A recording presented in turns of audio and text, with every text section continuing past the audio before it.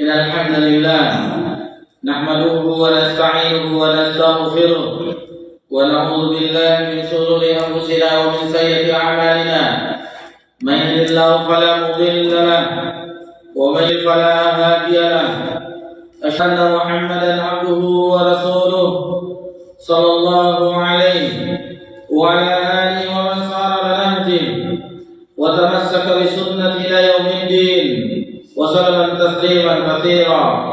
يا أيها الذين آمنوا اتقوا الله حق تقاته ولا تموتن إلا وأنتم مسلمون. يا أيها الناس اتقوا ربكم الذي خلقكم من نفس واحدة وخلق منها زوجها وبث منهما رجالا كثيرا ونساء واتقوا الله الذي تساءلون به والأرحام إن الله كان عليكم رقيبا. يا أيها الذين آمنوا اتقوا الله وقولوا قولا سديدا يصلح لكم أعمالكم ويغفر لكم ذنوبكم ومن يطع الله ورسوله فقد فاز فوزا عظيما. أما بعد فإن أصدق الحديث كتاب الله وخير الهدي هدي محمد صلى الله عليه وسلم وشر الأمور محدثاتها وكل محدثة بدعة وكل بدعة ضلالة وكل ضلالة في النار. Puji syukur hanya milik Allah Subhanahu wa taala.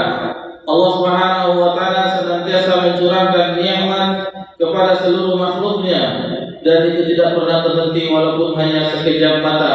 Salawat beriringkan salam kepada Nabi kita tercinta Nabi Muhammad sallallahu alaihi wasallam. Ikhwani fillah wa akhwati fillah, azakumullah. Alhamdulillah di malam ini kita berada di 26 Sya'ban 1447 Hijriah bertepatan 13 Februari 2026 Masehi. Alhamdulillah kita berada di penghujung bulan Sya'ban, kita berada di ambang pintu Ramadan. Tentunya sesuatu yang mulia, sesuatu yang agung, sesuatu yang banyak keutamaan, keistimewaan. Tentunya kita untuk menghadapinya ketika datang mempersiapkan diri sebagai bekal kita. Tentunya bekal yang utama adalah keimanan. Bekal keimanan untuk menyambut bulan Ramadan dan mengisi hari-hari waktu-waktu di bulan Ramadan dengan keimanan kepada Allah Subhanahu wa taala. Karena seseorang yang berimanlah yang mampu untuk melaksanakan ibadah-ibadah terkhusus di bulan Ramadan, yakni puasa di bulan Ramadan. Itu makanya tidak panggilan di dalam surah Al-Baqarah, ya ayyuhalladzina amanu. Wahai orang-orang yang beriman, kutiba alaikumus shiyam, diwajibkan atas kamu berpuasa, kama kutiba alal ladzina min qablikum, sebagaimana diwajibkan atas orang-orang sebelum kamu, la'allakum tattaqun. Jadi panggilan Allah di ayat itu yang baru saja kita dengarkan adalah orang beriman yang ada keimanan di dalam hatinya. Bukan ya ayyuhan nas atau ya ayyuhal muslimun, dah. Tetapi panggilan orang-orang beriman. Hanya orang yang beriman yang sanggup melakukan ibadah puasa. Kita perhatikan orang-orang yang kuat, ototnya perkasa, kuat, nampak, kelihatan jasadnya, tetapi tidak sanggup untuk melakukan ibadah puasa. Karena ini keimanan. Orang yang berolahraga, mengangkat-angkat besi, maraton 10 km, tetapi itu hanya kekuatan jasad saja. Tetapi keimanan ketika azan subuh tidak sanggup mengangkat selimutnya. Ini keimanan. Jadi yang bisa mengamalkan perintah Allah dan meninggalkan larangan Allah Azza wa Jalla hanya orang yang beriman. Hanya orang yang beriman. Jadi nikmat keimanan adalah nikmat yang sangat besar. Maka untuk itu sebelum datangnya Ramadan, yang alhamdulillah aroma Ramadan sudah tercium bagi kita, namun kita harus mempersiapkan keimanan itu dengan salah satu caranya adalah talabul ilm. Itu mempersiapkan ilmu kita untuk memasukinya. Salah satu tema yang kita angkat menjelang bulan Ramadan ini Dan ini adalah pertemuan kita terakhir ya, maksudnya di bulan Ramadan, karena di Ramadan mungkin ada ustaz-ustaz kita yang lain, guru-guru kita yang lain, akan tetapi untuk kami pribadi libur sampai insya Allah nanti setelah Ramadan pengumuman dari pengurus baru kita lanjutkan pelajaran yang biasa yang 2 kali sebulan, yaitu tazkiyatun nufus insya Allah. Di merajut takwa di bulan yang mulia. Jadi tema yang kita angkat pembahasannya adalah merajut takwa di bulan yang mulia. Ma'asyiral muslimin wa muslimat rahimani wa rahimakumullah. Di sini diawali dengan firman Allah Subhanahu wa taala. Allah Subhanahu wa taala berfirman, "A'udzu billahi minasyaitonir rajim wa rabbuka yakhluqu ma yasha'u wa yakhtar." Dan Rabbmu, Tuhanmu menciptakan apa yang Dia kehendaki dan memilihnya. Nanti bisa dibaca di rumah, mungkin kita hanya singgung sedikit saja karena waktu ya. Karena pembahasan takwa itu yang kita agak panjang pembahasannya mengenai takwa. Adapun yang tulisan-tulisan yang ada di hadapan bapak-bapak atau ibu, maka nanti bisa dibaca di rumah, insyaallah. Jadi Allah Maha Mencipta dan memilih. Allah pilih tempat yang paling mulia di permukaan bumi, di antaranya masjid-masjidnya atau negeri seperti yang Allah haramkan itu Mekah dan Madinah. Kemudian Allah memilih para malaikatnya yang mulia, yaitu malaikat Jibril, begitu juga hambanya dari utusannya dari jenis manusia, yaitu Nabi Muhammad SAW. Begitu juga Allah memilih di antara hari-hari yang mulia, yaitu hari Jumat, malam yang mulia Lailatul Qadar, dan di antara bulan-bulan yang mulia yaitu bulan Ramadan atau di bulan-bulan haram Arba'atun Hurum. Jadi itu Allah yang memilihnya, Allah yang mengistimewakannya. Maka untuk itu salah satu yang Allah istimewakan ketika dipilihnya itu bulan Ramadan. Allah pilih bulan Ramadan sebagai bulan yang banyak keistimewaannya. Kemudian yang bisa kita singgung di halaman yang kedua yaitu hadis. Kita bawakan hadis di sini an Abi Hurairah qal, dari Abu Hurairah, nama beliau adalah Abdurrahman bin Sakhar ad-Dausi dari suku Daus di Yaman. Beliau berkata, "Lamma hadara Ramadan, qala Rasulullah sallallahu alaihi wasallam." Jadi ketika Ramadan datang, Nabi sallallahu alaihi wasallam, Rasulullah sallallahu alaihi wasallam memberi kabar gembira kepada sahabat. Nabi sallallahu alaihi wasallam bergembira dengan datangnya bulan Ramadan. Kata Nabi sallallahu alaihi wasallam di dalam sabdanya ini, "Qad ja'akum Ramadan, syahrul mubarak." Sungguh telah datang bulan Ramadan, bulan yang penuh berkah. Iftaradallahu alaikum siyama. Di dalamnya Allah mewajibkan bagi kamu untuk berpuasa. Tuftahu fihi abwabul jannah. Di dalam bulan Ramadan tersebut Allah bukakan pintu surga selebar-lebarnya. 8 pintu surga Allah bukakan di bulan Ramadan, dan pintu yang istimewa untuk orang yang berpuasa, nama pintunya adalah Ar-Rayyan. Sebagaimana disebutkan oleh Nabi SAW, karena setiap pintu surga itu memiliki nama-nama. Ada namanya pintu surga salat, ada pintu surga jihad, dan seterusnya. Jadi untuk orang ahli puasa, nama pintu surganya adalah Ar-Rayyan. Lalu kata Nabi SAW, "Wa yughlaqu fi abwabul jahim." Pintu neraka itu ditutup dengan serapat-rapatnya. Wa tughallu fihi syayatin, dan setan-setan pun dibelenggu. Fihi lailatul khair min alfi syahrin. Di dalamnya terdapat satu malam yang lebih baik daripada 1000 bulan. Man harima khairaha qad hurim. Kata Nabi SAW, barang siapa yang terhalangi, maksudnya terhalangi untuk mendapatkan malam yang 1000 bulan tersebut, sungguh ia telah kehilangan pahala, sungguh dia telah terhalangi. Hadis ini diriwayatkan oleh Imam Ahmad di dalam musnadnya. Ternyata Imam Ahmad bin Hanbal, salah seorang a'immatul arba', imam mazhab yang empat, Imam Abu Hanifah, Imam Malik, Imam Syafi'i dan Imam Ahmad bin Hanbal yang kita kenal dengan mazhab Hambali. Beliau menyusun hadis Nabi SAW, mengumpulkan hadis Nabi SAW menurut sanadnya. Maksudnya dikumpulkan hadis ini yang diriwayatkan Abu Bakar, ini yang diriwayatkan oleh Umar, ini sesuai dengan sanadnya. Itu namanya musnad.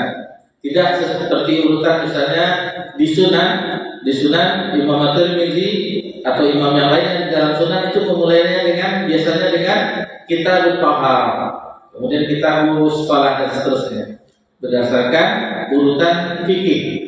Akan tetapi musnad itu berdasarkan kumpulan perawi-perawinya, sanadnya. Baik. Kemudian hadis ini juga terdapat di dalam Sunan An-Nasai, Imam An-Nasai rahimahullah taala, yang beliau namanya Abu Abdurrahman, kunyanya Ahmad bin Shu'aib An-Nasai, yang wafat tahun 303 Hijriah, salah satu pemilik kitab Sunan An-Nasai, Sunan At-Tirmidzi, Ibnu Majah, Abu Dawud. Nah, ini terdapat di dalam sunannya juga di kitab Siyam. Jadi hadis ini sanadnya sahih. Ikhwan fillah, rahimakumullah, kita ambil pelajaran dari hadis yang kita bawakan di sini. Yang pertama, Syahrul Mubarak, itu bulan yang diberkahi. Kalau kita perhatikan kamus bahasa Arab, kata-kata berkah, al-barakatu, itu barakah, itu maknanya an-nama wa ziyadah, yaitu tumbuh dan bertambah. Terkadang kita mendengar bahwasanya al-barakatu ay ziyadatul khair, bertambahnya kebaikan atau banyaknya kebaikan yang menetap. Jadi ketika Nabi SAW menyebutkan qad ja'akum Ramadan syahrul mubarak, sungguh telah datang bagimu bulan Ramadan, bulan yang penuh keberkahan, maksudnya maknanya adalah bulan yang memiliki kebaikan yang banyak, bahkan kebaikan yang menetap. Ini keberkahan, berkah. Dan kita sering mengucapkan berkah ketika salam tadi awal-awal tahniyahnya assalamualaikum warahmatullahi wabarakatuh. Ada berkah di situ. Ketika ada orang yang jadi walimahan, pengantin, didoakan keberkahan, barakallahu laka wa baraka alaika wa jama'a bainakuma fi khair. Jadi didoakan keberkahan ini. Barakallahu fikum, barakallahu fiik. Kalau berjumpa ya, didoakan dengan keberkahan. Jadi dengan bertambahnya kebaikan, dan itu menetap, tidak berkurang, bertambah terus kebaikan. Dan ini yang diharapkan misalnya bagi orang yang berdagang, keberkahan. Seseorang yang bertransaksi jual beli berkah, otomatis itu adalah baris itu mendapatkan keberkahan. Itu dengan menjelaskan barang dagangannya dan menyebutkan tanpa berbuat dusta, hanya akan mendapatkan keberkahan. Jadi bukan untung semata atau laba semata, tetapi keberkahan yang diharapkan. Begitu juga kenapa kita katakan keberkahan bagi orang pedagang, karena dengan berkahnya usahanya akan datang kebaikan. Misalnya dia akan bisa memberi, terutama menafkahi keluarganya, tentunya bisa memberi orang tuanya, kerabatnya, bisa haji, bisa umroh, bisa donasi dan seterusnya. Itu namanya keberkahan. Itu namanya keberkahan, bertambah kebaikan dengan perdagangan yang tersebut. Atau orang berkah amalnya dari subuh, sebelum subuh sudah bangun, sholat malam, sholat tahajud dan witir. Kalau belum witir sebelum tidur. Tapi kalau sudah sebelum tidur, pada isya, setelah witir, tidak boleh witir di tahajud malam, karena tidak boleh 2 kali witir dalam satu malam, hanya sekali witir saja. Kemudian berangkat sholat subuh ke masjid, kemudian zikir-zikir, tentunya adalah sholat sunat qobliyah subuh, yang mana keutamaannya sholat qobliyah subuh khairu minad dunya wa ma fiha, lebih baik daripada dunia dan seisinya. Kemudian zikir-zikir, zikir pagi petang, kemudian tilawah Al-Quran dan seterusnya. Itu berkah. Dan di pagi itu Nabi mendoakan kita umatnya, Allahumma barik fi ummati, Allahumma barik ala ummati fi bukuriha. Ya Allah, berkahilah umatku pada waktu pagi hari. Bayangkan keberkahan. Jadi berkah. Dan di bulan Ramadan banyak sekali keberkahan yang Allah berikan kepada bulan tersebut. Baik. Kemudian apa saja kebaikan yang terdapat di bulan Ramadan? Kita ambil dari hadis yang tadi baru saja kita bawakan di awal. Nabi SAW melanjutkan, iftaradallahu alaikum siyam. Allah mewajibkan kepada kalian berpuasa. Jadi kewajiban tentang puasa bulan Ramadan itu ada di dalam Al-Quran, ada di dalam hadis dan ijma' para ulama tentang wajibnya puasa di bulan Ramadan. Bapak-bapak, ibu-ibu yang semoga diberkahi dan dirahmati Allah Subhanahu wa taala. Di dalam Al-Quran yang tadi di awal telah kita bacakan ayatnya, ya ayyuhalladzina amanu kutiba alaikumusiyam kama kutiba alal ladzina min qablikum la'allakum tattaqun. Kata-kata fardu, kalau di hadis tadi iftaradallah, dari kata-kata fardu, difardukan, diwajibkan. Tetapi di dalam Al-Quran Allah menggunakan lafaz kutiba, dari kata kataba itu tertulis. Jadi kewajiban tentang puasa bulan Ramadan di dalam Al-Quran itu ada terus tertulis sampai akhir zaman, itu tidak terhapus-hapus sampai hari kiamat. Kiamat setelah tentunya salah satu tanda hari kiamat itu hilangnya tulisan mushaf. Kalau sudah hilang tulisan mushaf, maka mushaf ini kemudian matahari terbit dari barat, itu tidak ada. Itu berarti tanda di antara tanda-tanda hari kiamat. Ini dari ayat di bulan yang mulia, dari ayat ini kewajibannya. Lalu apa itu takwa? Takwa sebagaimana kita sebutkan di awal tadi, kita juga singgung, orang yang beriman yang hanya bisa melakukan apa yang diperintahkan Allah dan apa yang dilarang oleh Allah. Jadi takwa adalah mengamalkan perintah Allah dan meninggalkan larangan Allah. Itu takwa yang sebagaimana kita pahami maknanya, definisinya, atau disebutkan oleh ulama takwa itu hati-hati. Hati-hati di dalam kehidupan kita, hati-hati. Sebagaimana kita berjalan tanpa alas kaki, ada di situ pecahan kaca, ada di situ duri-duri, tentunya kita hati-hati agar tidak terinjak hal-hal yang akan melukai kaki kita. Begitulah takwa. Berjalan menjalani kehidupan ini dengan kehati-hatian.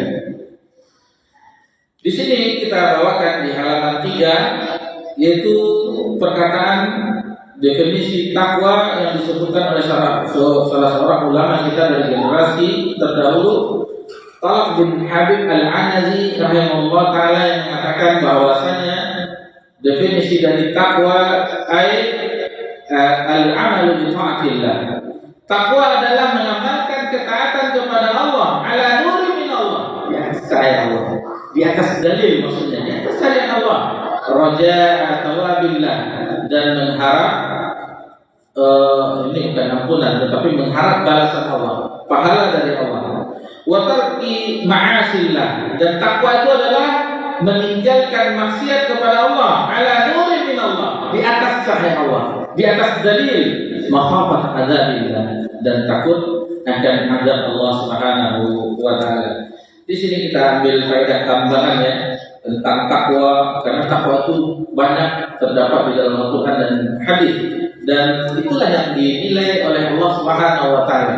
Innallaha la yanzuru ala suwarikum wa amwalikum. Sesungguhnya Allah tidak menilai atau memperhatikan wajah seseorang atau hartanya, tetapi yang Allah nilai adalah hati dan amalannya. Qulubikum wa a'malikum. Jadi itu takwa. Hati bersarangnya, tempat bersarangnya takwa. Sehingga di hadis yang lain Nabi SAW memberi isyarat ke dalam hatinya, takwa haruna, takwa haruna, takwa haruna. Takwa itu di sini, takwa itu di sini, takwa itu di sini. Di pelajaran kita di Tazkiyatun Nufus, sebagaimana pelajaran rutin kita sebutkan bahwasanya yang bisa menjadi benteng tidak digodanya hati kita dengan syaitan, yaitu hati yang bertakwa. dijelaskan di situ yang sama-sama kita telah pelajari. Kalau kita ta'awudz, berzikir kepada Allah, tilawah Al-Quran, itu ketika saat itu memang syaitan tak mengganggu kita, tapi melakukan was-was, ngintip-ngintip.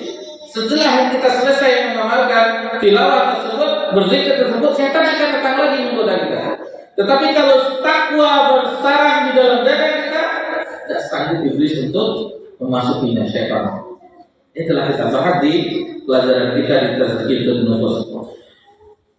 Di antara faedah-faedah dari takwa ini kita ambil dari yang lain yang dicantumkan di sini karena terlalu banyaknya. Di antaranya takwa sebagai sebab memperoleh petunjuk dengan Al-Quran. Allah Subhanahu Wa Taala berfirman dalam surah Al-Baqarah, "Dzalikal kitabu la raiba fihi hudan lil muttaqin." Al-Quran maksudnya kitab itu tidak ada keraguan padanya, petunjuk bagi orang-orang yang bertakwa. Jadi kalau ingin menjadi orang yang bertakwa, petunjuknya adalah Al-Quran Al-Karim. Kemudian yang kedua, takwa sebab keberuntungan. Masih di ayat tentang orang-orang bertakwa, di ayat yang kelima dalam surah Al-Baqarah, Allah menutup firman-Nya, "Ulaika 'ala hudan min rabbihim wa ulaika yang beruntung." Jadi orang-orang yang mendapatkan petunjuk dari Rabb-Nya dan mereka lah orang-orang yang beruntung. Itu orang-orang yang bertakwa. Pahala dari Allah dapat dicapai dengan takwa dan keimanan. Allah Subhanahu wa taala berfirman dalam surah Al-Baqarah ayat 103, "Walau annahum amanu wattaqaw lamathubatun min 'indillahi khair law kanu ya'lamun." Dan tapi kebalikan adalah kebalikan orang-orang yang bertakwa. Orang yang bertakwa itu mendapatkan kebersamaan dari Allah Subhanahu wa taala. Maksudnya kebersamaan ma'iyah di sini kebersamaan ma'iyah khassah, yang khusus, yang mana Allah yang memberikan hidayah, taufik, Allah melindungi, Allah memberikan pertolongan. Di sini Allah Subhanahu wa taala berfirman di antaranya dalam surah Al-Baqarah ayat 194, "Wattaqullaha wa'lamu annallaha ma'al muttaqin." Ma'iyah bersama, maksudnya bertakwalah kepada Allah dan ketahuilah bahwa Allah beserta orang-orang yang bertakwa. Di dalam surah An-Nahl ayat 128, "Innallaha ma'al ladzina taqaw wal ladzina hum muhsinun." Sungguh Allah beserta orang-orang yang bertakwa dan orang-orang yang berbuat kebaikan. Ini contohnya itu ketika hijrah Nabi SAW dengan sahabatnya Abu Bakar As-Siddiq. Karena kekhawatiran ketika bersembunyi di goa dicari oleh orang kafir Quraisy, lalu Allah Subhanahu wa taala memberi ketenangan. Kata Nabi SAW kepada para sahabatnya, disebutkan dalam surah At-Taubah, "La tahzan innallaha ma'ana." Janganlah takut, khawatir, sesungguhnya Allah bersama kita. Jadi maksudnya Allah akan menolong, melindungi dan seterusnya. Kemudian dengan takwa seseorang akan mendapatkan rasa aman dari azab Allah Ta'ala. Maksudnya tidak diazab oleh Allah. Wattaqullaha wa'lamu annallaha syadidul 'iqab. Bertakwalah kepada Allah dan ketahuilah bahwa Allah sangat keras hukumnya. Takwa itu adalah sebaik-baik bekal kita ketika berhadapan dengan Allah. Ketika kita wafat, sebaik-baik bekal adalah takwa. Wa tazawwadu fa inna khairaz zadi taqwa. Berbekallah, sebaik-baik bekal adalah takwa. Pada hari kiamat orang yang bertakwa berada di atas derajatnya, di atas seluruh manusia. Allah Subhanahu wa taala berfirman, "Walladzina taqaw fawqahum yawmal qiyamah." Dalam surah Al-Baqarah ayat 212, padahal orang-orang yang bertakwa itu berada di atas mereka pada hari kiamat. Kemudian dengan ketakwaan akan bertambah ilmu. Orang yang bertakwa akan Allah tambahkan ilmu baginya dalam surah Al-Baqarah ayat 282, "Wattaqullaha wa yu'allikumullah." Dan bertakwalah kepada Allah, Allah memberikan pengajaran kepadamu. Jadi ini banyak sekali takwa yang tentunya kita tidak sebutkan seluruhnya ya. Jadi orang-orang yang bertakwa bagaimana Allah mencintai, Allah yuhibbul muttaqin, kemudian sebab dilindungi oleh Allah Subhanahu wa taala dan seterusnya. Masih banyak. Masih banyak surga yang luas, seluas langit dan bumi disediakan bagi orang-orang yang bertakwa. Jadi wasari'u ila maghfiratin min rabbikum wa jannatin arduha samawati wal ardh u'iddat lil muttaqin. Jadi bersegeralah menuju ampunan Allah dan surga yang luasnya seluas langit dan bumi u'iddat lil muttaqin, disediakan bagi orang-orang yang bertakwa.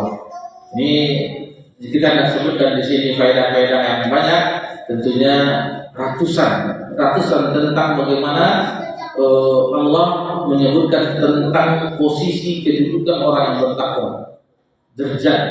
Jadi kalau kita hayati, kita pelajari agama, salah satunya yang sangat besar yang kita impikan bagi orang yang mendapatkan derajat takwa, medali takwa di akhirat, yaitu disediakan surga.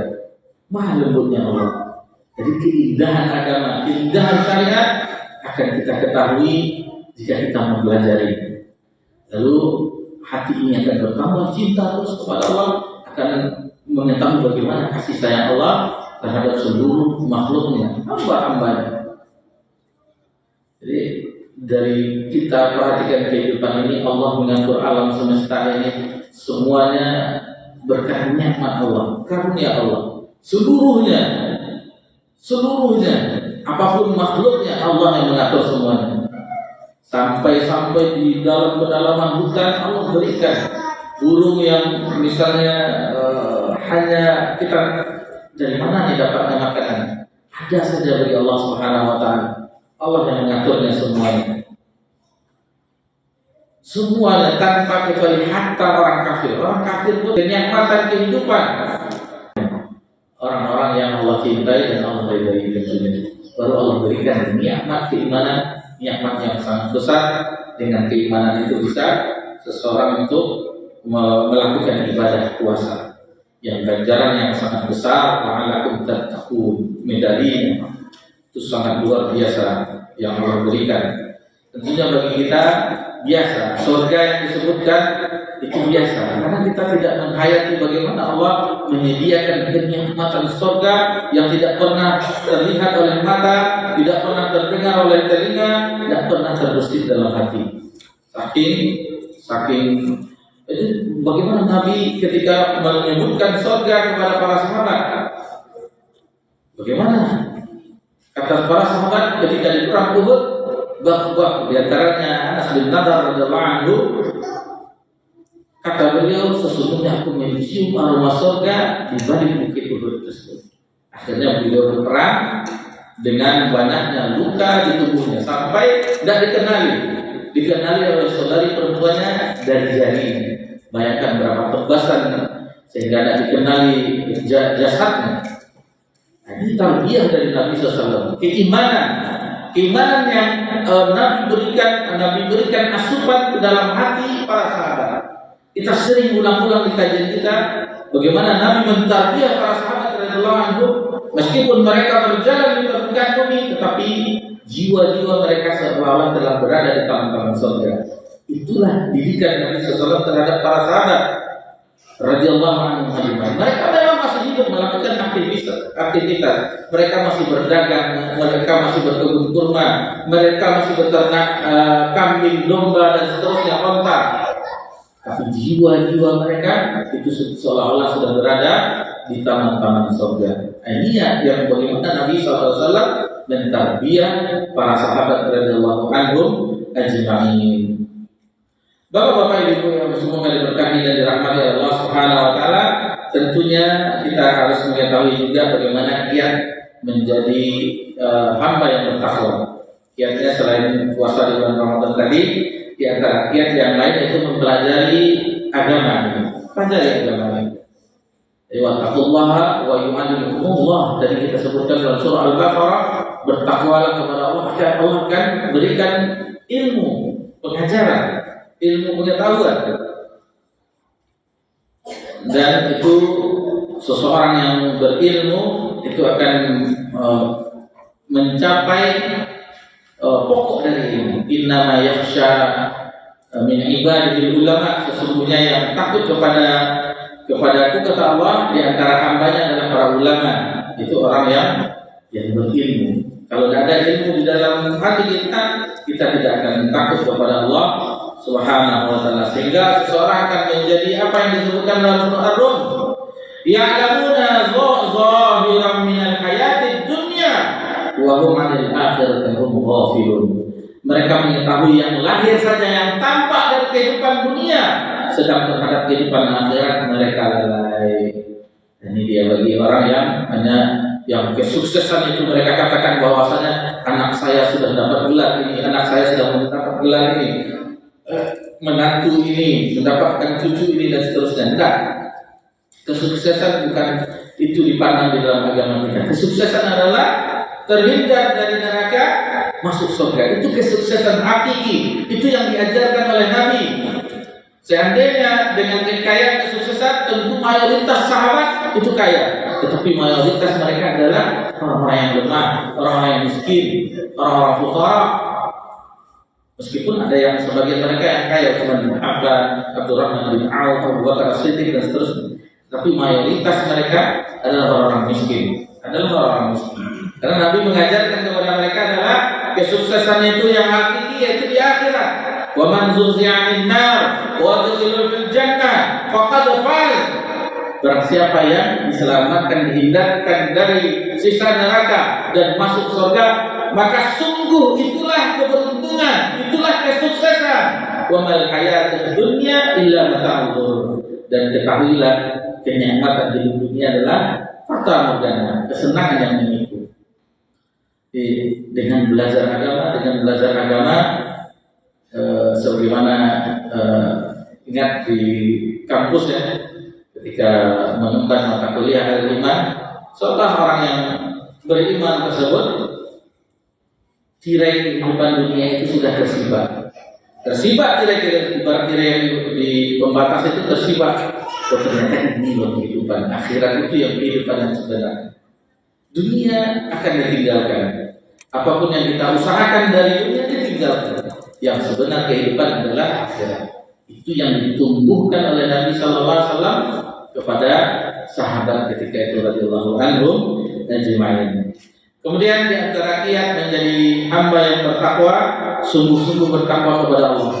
Sebagaimana tadi ayat yang kita sebutkan di permulaan atau kita kenal dengan Qul Hajah, ya ayyuhallazina amanu taqullaha haqqa tuqatih, dengan sungguh-sungguh bertakwa. Bukan sembarangan istilahnya. Takwa itu hanya di masjid, takwa itu hanya di majelis ilmu. Tapi kalau sudah masuk rumah, assalamualaikum, masuk kamar, pakaian takwa ditinggal, hilang takwa. Tidak. Nabi memerintahkan ittaqillaha haitsu ma kunta, bertakwalah kepada Allah dimanapun kamu berada. Jadi benar-benar bertakwa kepada Allah. Kemudian dengan mentadabburi Al-Quran, itu akan bisa menjadikan kita bertakwa. Yang mana tadi kita sebutkan di awal tadi, dzalikal kitabul la raiba fihi hudan lil muttaqin. Inilah kitab yang tidak ada keraguan sebagai petunjuk bagi orang-orang bertakwa. Dan Allah memerintahkan kita mentadabburi Al-Quran 2 kali. Pertama dalam surah An-Nisa, afala yatadabbaruna Al-Quran.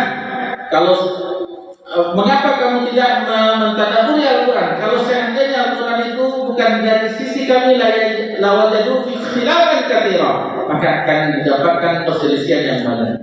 Di dalam surat Muhammad Allah sebutkan afala yatadabbaruna Al-Quran am ala qulubin aqfalha. Mengapa kita tidak tadabbur Al-Quran, mempelajari Al-Quran, tafsirnya, menghayatinya, atau hati kita yang terkunci? Hati kita yang terkunci karena sebagian terdengar azan. Kita dengarkan kumandang azan Isya. Insyaallah setelah itu kita lanjutkan pembahasan.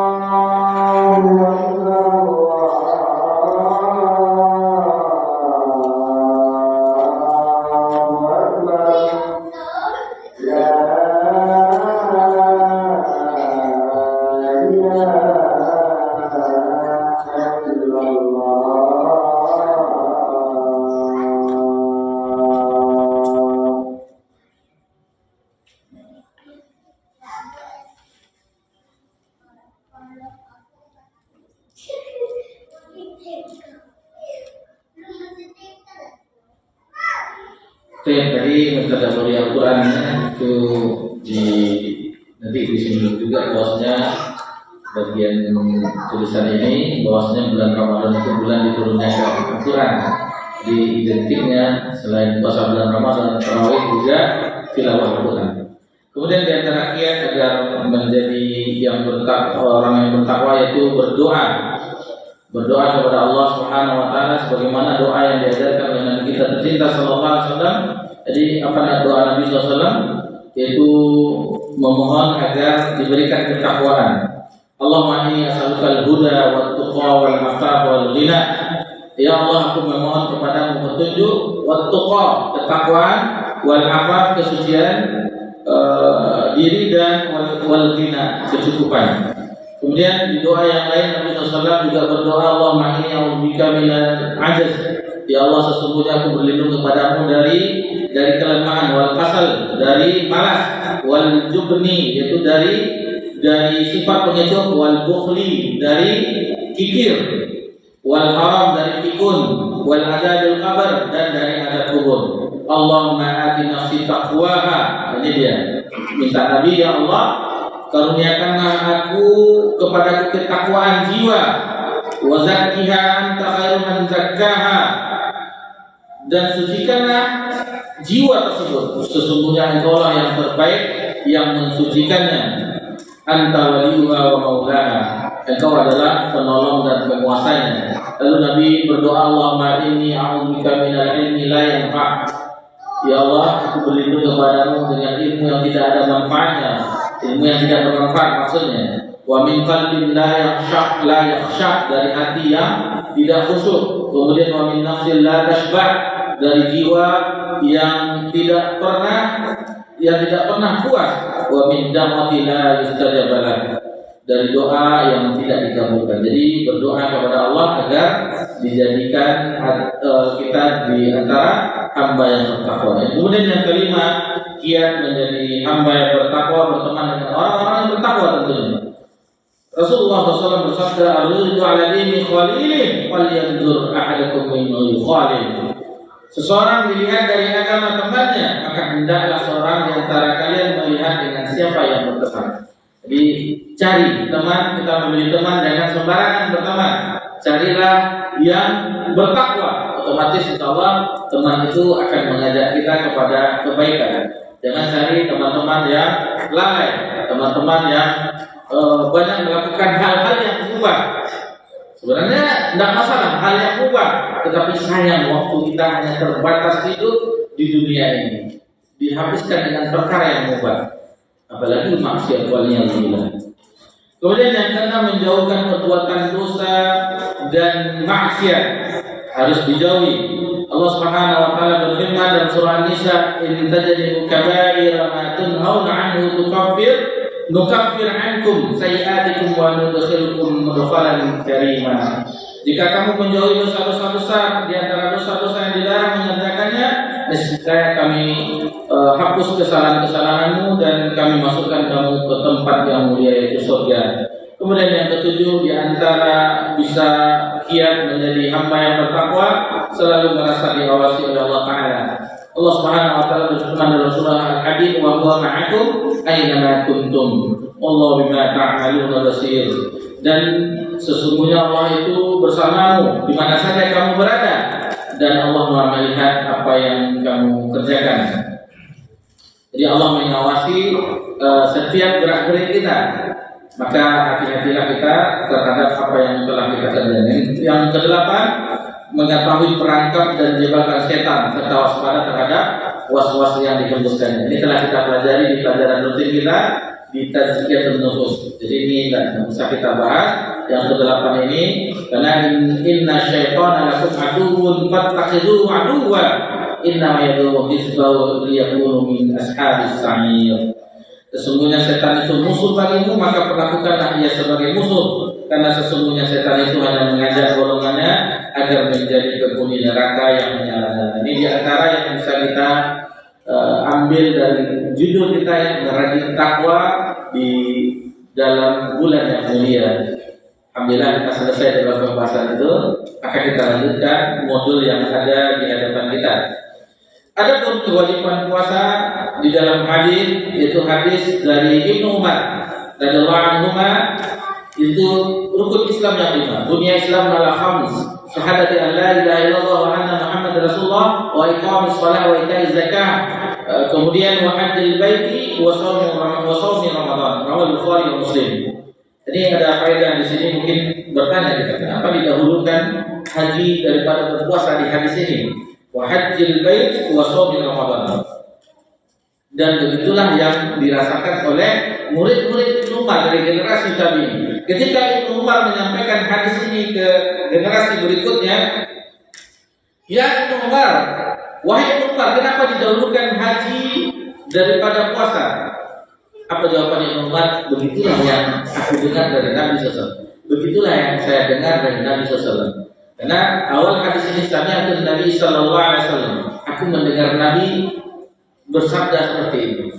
Nah, jadi ini amanah ya bagi kita yang mungkin menyampaikan agama Allah dimanapun kita berada, misalnya dengan teman, dengan tetangga, dengan keluarga. Jadi perhatikan di sini amanah apa yang disampaikan oleh Nabi SAW, baik itu dalam firman Allah dan hadis Nabi, itu yang kita sampaikan. Amanah. Itu makanya kata Nabi, "Balighu anni, balighu, sampaikanlah anni dariku." Walau ayat, walau bukan dari siapa-siapa, tapi dari Nabi sallallahu alaihi wasallam. Jadi apa yang kita ketahui dari agama ini, baik itu dalilnya dalam Al-Qur'an dan Sunnah, itu yang kita sampaikan kepada umat. Jangan sampaikan yang lain yang tidak ada sumbernya. Adapun hadis yang mendahulukan puasa Ramadan setelah itu haji, itu ada lagi. Itu lafaz yang lainnya.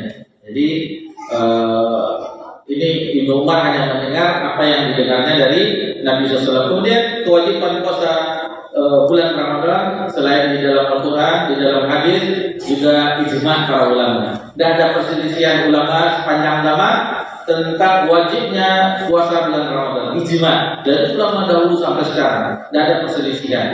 Apapun mazhabnya, tidak ada perselisih. Aimatul Arba, imam yang 4 ada perselisih. tentang kewajiban puasa bulan Ramadan. Kemudian kita masuk ke halaman keempat, agak cepat sedikit karena waktu ya, mudah-mudahan ini bisa selesai 10 halaman. Adapun puasa itu mempunyai kebaikan tersendiri pula. Banyak dalil-dalil yang menyebutkan tentang keutamaan puasa Ramadan. Tentunya tidak semua. Tadi baru kita bulan Ramadannya. Sekarang kita bawakan hadis masih dari Abu Hurairah radhiyallahu anhu, tetapi ini diriwayatkan Imam Bukhari dan Imam Muslim. Qala Allahu kullu amali ibni Adam lahu illa siyam fa innahu li wa ana ajzihi. Jadi Allah Taala berfirman, hadis ini hadis qudsi. Allah Subhanahu wa taala berfirman yang lapasan dari Nabi SAW, semua amalan Bani Adam untuknya kecuali puasa. Karena puasa itu untukku dan aku akan membalasnya. Jadi puasa itu untuk Allah. Karena memang kalau buat ibadah yang lain itu akan mendapatkan ganjaran, nanti di lapas di bawahnya kita sebutkan ada 10 kali lipat sampai 700 kali lipat. Tapi kalau puasa, Allah yang langsung membalasnya di hari kiamat. Tidak disebutkan berapa pahalanya. Tidak disebutkan berapa pahalanya. Jadi memang orang yang berpuasa antara dia dengan Allah. Antara dia dengan Allah. Karena bisa saja dia makan siang, kan di bagian daerah dekat pasar ada warung makan yang ditutup dengan spanduk. Bisa saja siang hari makan di situ. Istri tidak tahu, anak tidak tahu. Pulang nanti hanya berbuka puasa apa nanti? Apa yang dibuat? Itu kan bisa saja. Begitu juga ibu di rumah misalnya, anak-anak sekolah atau sebagiannya di pondok, suami pergi keluar mencari nafkah, buka kulkas, ada yang tahu. Misalnya ada haid atau apa ya, itu saja tidak tahu kan. Itu makanya puasa itu beli untukku, wa ana ajzi, kata Allah dalam firman-Nya di hadis qudsi. Lalu di sini disebutkan wasiyamu junnah. Puasa itu perisai, maksudnya penghalang. Kalau pemuda itu penghalang dari syahwatnya. Adapun di akhirat penghalang dari siksa api neraka. Wa idza kana yawmu shaumi ahadikum fala yarqud wala yasghab fa inna sabbahu ahadun aw qatalahu falyaqul inni mur'un shaim. Jadi orang yang berpuasa janganlah berkata keji dan berteriak-teriak. Jika ada orang yang mencercanya atau memerangnya, maka ucapkanlah sesungguhnya aku sedang berpuasa. Ini misalnya kita bertengkar, ada orang yang mengajak adu mulut misalnya, katakan maaf lagi berpuasa. Jadi dari sini dapat diambil pelajaran. Jadi puasa itu bukan hanya sekedar menahan lapar dan dahaga saja. Pandangan mata kita dijaga, kemudian telinga kita dijaga, lisan kita dijaga, tangan kaki kita seluruhnya dipuasakan. Jangan hanya sekedar menahan haus dan lapar saja, tetapi semuanya dipuasakan. Semuanya dipuasakan agar puasa tersebut sempurna, membekas tarbiyahnya bulan Ramadan, madrasahnya bulan Ramadan itu meluluskan hamba yang bertakwa. Kemudian Nabi bersumpah, wallazi nafsu Muhammadin biyadihi, demi zat yang jiwa Muhammad berada di genggamannya, lahufu famil shaim atyabu indallahi min misk. Jadi di sisi Allah nih, di sisi Allah bau mulut aroma orang yang berpuasa itu lebih wangi daripada minyak kasturi. Lis-shaim farhatan yafrahuma idza afṭar fariha wa idza laqiya rabbahu fariha bisawmi. Bagi orang yang mempunyai orang berpuasa mendapatkan dua kegembiraan, itu kegembiraan ketika berbuka puasa dan kegembiraan ketika berjumpa dengan Rabb-Nya. Ada riwayat yang lain oleh Imam Muslim dari Abu Hurairah dan Rasulullah SAW bersabda, "Kullu amali ibni Adam yudha'afu al-hasanatu asyru amsalha ila sab'ina di'fin. Qala Allah azza wa jalla illa shaum fa innahu li wa ana ajzihi." Setiap amal anak Adam itu akan dilipatkan 10 kali lipat sampai 700 kali lipat.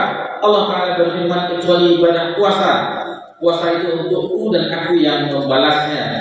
Jadi dari firman Allah Subhanahu wa taala kita ketahui dalam surah Al-An'am ayat 160, "Man jaa bil hasanati falahu asyru amsalha wa man jaa bis sayyi'ati fala yujza illa mithlaha wa hum la yuzlamun." Barang siapa yang membawa amal yang baik maka baginya pahala 10 kali lipat amalnya.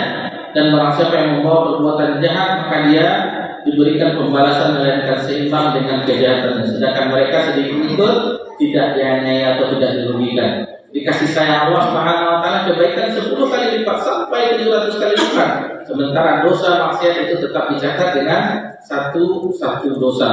Adapun yang 7 kali lipat yaitu dalam surah Al-Baqarah ayat 261 tentang sedekah. Matalul ladzina yunfiquna amwalahum fi sabilillah kamathali habatin ambatat sab'a sanabila fi kulli sumbalatin mi'atu habbah wallahu yud'ifu liman yasha' wallahu wasi'un 'alim. Perumpamaan orang yang mengeluarkan nafkah fisabilillah untuk menafkahkan hartanya di jalan Allah adalah serupa dengan sebutir benih yang menumbuhkan 7 bulir. Pada setiap bulir 100 biji. Allah pun melipat ganjaran kepada siapa yang dikehendakinya dan Allah Maha Luas karunia-Nya dan lagi Maha Mengetahui. Jadi 1 biji ada 7 tangkai, setiap tangkai itu ada 100 lagi, berarti 700 kali lipat. Ini ketika di zaman Nabi SAW terjadi penceklik kelaparan, maka didatangkan oleh Utsman bin Affan barang-barang makanan dari Syam, dari daerah-daerah lain, dari Yaman dan seterusnya. Lalu datanglah saudagar, saya beli dengan keuntungan 2 kali lipat, 3 kali lipat, 4 kali lipat, sampai 10 kali lipat. Tidak mau Utsman, saya mau keuntungan 700 kali lipat. Tidak ada yang satu saudagar yang sanggup 700 kali lipat. Siapa yang sanggup? Banyak itu uangnya, berapa dinar, berapa dirham. Sementara pasokan makanan itu tidak ada di Madinah karena penceklik. Lalu kata Utsman, saya mau 700 kali lipat, itu dengan diinfakkannya di jalan Allah 700 kali lipat. Ini Utsman bin Affan yang mengetahui bahwasanya ganjaran di sisi Allah itu sangatlah luas. Baik. Kemudian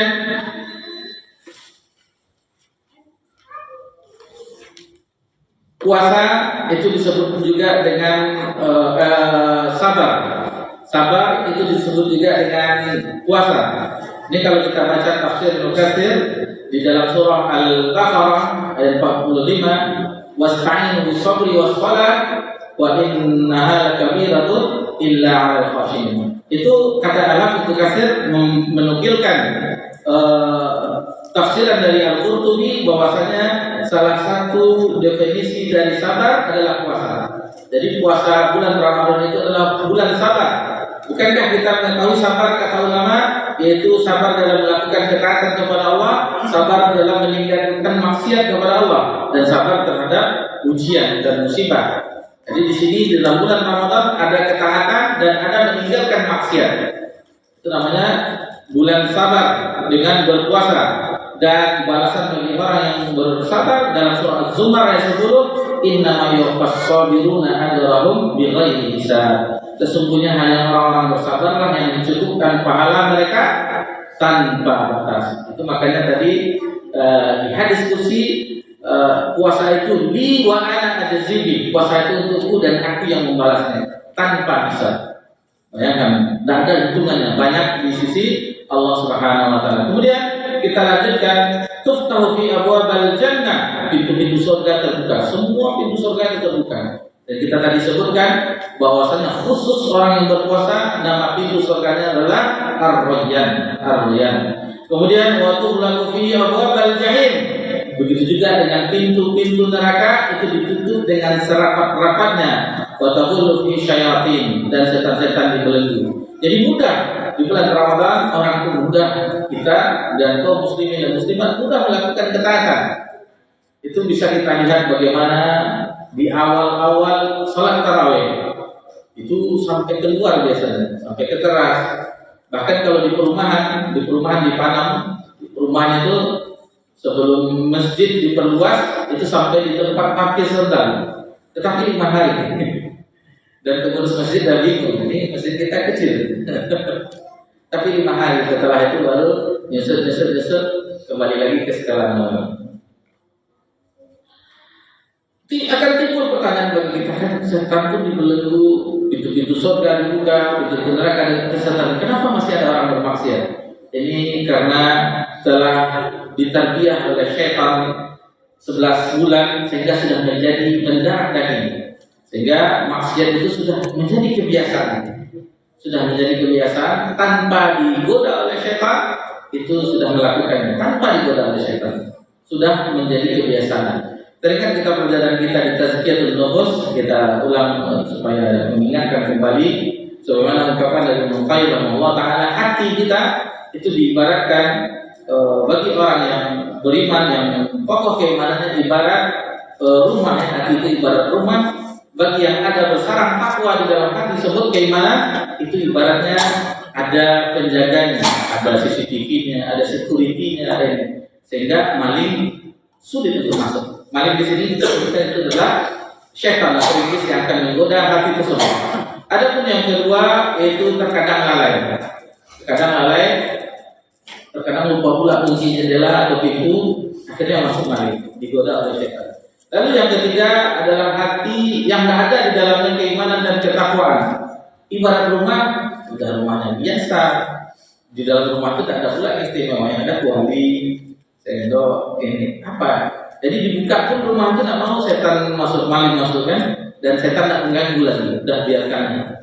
Jadi ibaratnya, jadi yang orang yang tetap melakukan maksiat di dalam bulan Ramadan adalah orang yang sudah biasa melakukan kejahatan tersebut, sudah mendarah daging tanpa dirayu oleh setan, itu dia tetap melakukannya. Kemudian poin ini dikuatkan dengan panggilan malaikat di bulan Ramadan di setiap hati kaum muslimin dan muslimat atau seorang beriman, yaitu malaikat memanggil wa yunadi munadi ya baghiyal khair akbil, wahai orang-orang yang menginginkan kebaikan, ambillah ini bulan Ramadan, banyak keberkahan, banyak keutamaan, banyak ampunan dan keistimewaan. Ambillah. Kemudian kata malaikat, ya baghiyal syarr, wahai orang-orang yang berbuat keburukan, maksiat, aksir, berhenti, stop. Ini bulan Ramadan bukan bulan untuk bermaksiat, dan ini hanya ada di bulan Ramadan panggilan ini. Kemudian kita lanjutkan yang kelima, fihi lailatul khairin min alfi syahrin. Ada malam yang lebih baik daripada 1000 bulan. Jadi malam Lailatul Qadar. Lailatul Qadar khairun min alfi syahr. Tanazzalul malaikatu wa ruhu fiha bi idzni rabbihim min kulli amr.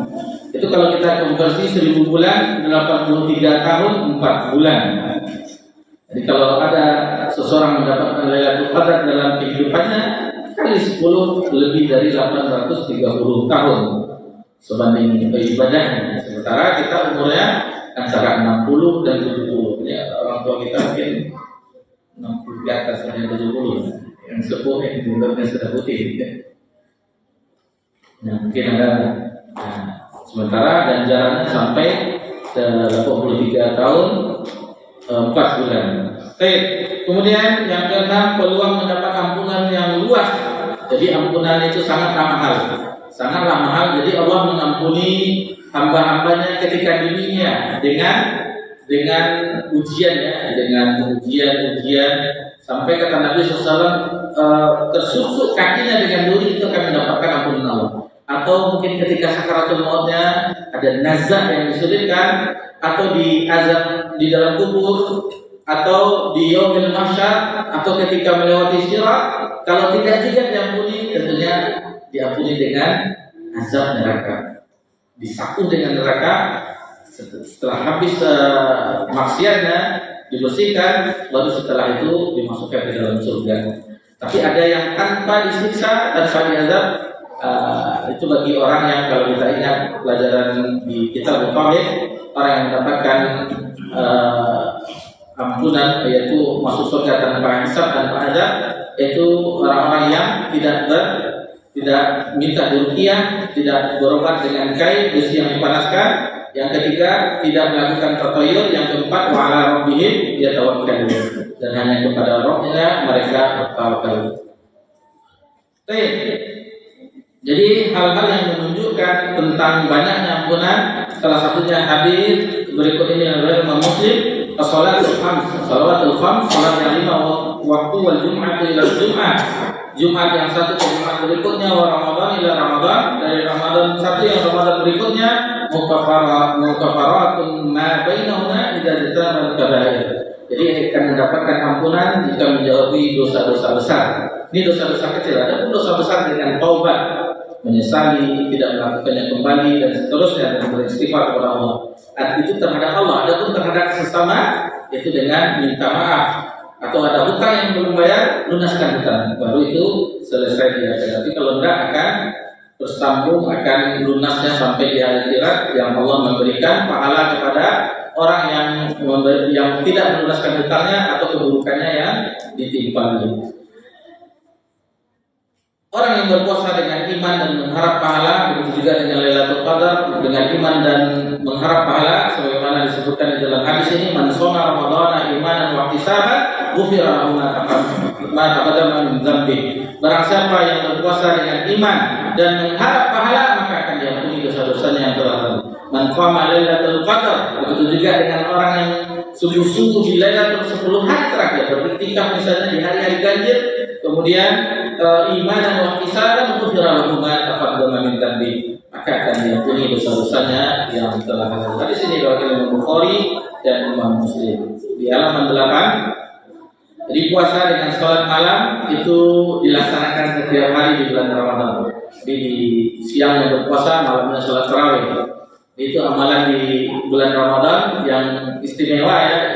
Dan ibadah yang lainnya, yang pertama selain puasa Ramadan, kemudian tarawih di